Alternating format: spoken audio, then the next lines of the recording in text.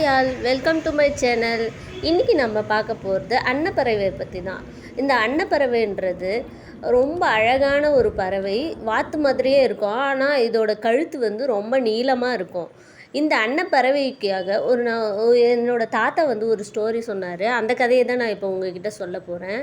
இந்த அன்னப்பறவைன்றது பாலும் தண்ணியும் மிக்ஸ் பண்ணி வச்சோம்னா அது பாலை மட்டும் உறிஞ்சி சாப்பிடுமா. அத்தகைய ஒரு சூப்பர் குட் கெப்பாசிட்டி கொண்டது இந்த அன்னப்பறவை.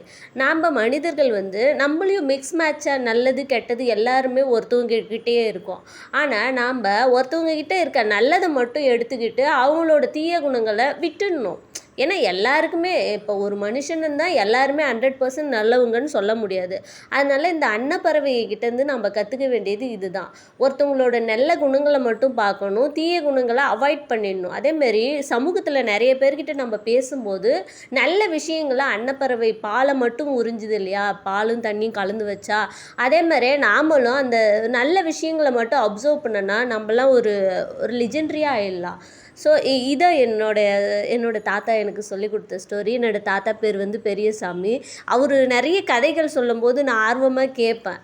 அதனால் இப்போ இருக்க குழந்தைங்க கூட பெரியவங்க கதை ஏதாவது சொன்னாங்கன்னா அதில் நிறைய நல்ல விஷயம் இருக்குன்னு நான் நம்புகிறேன். அதை கேட்டு நீங்களும் உங்கள் வாழ்க்கையில் இன்னும் ரொம்ப க்ளோ ஆகுங்க. Thank you very much.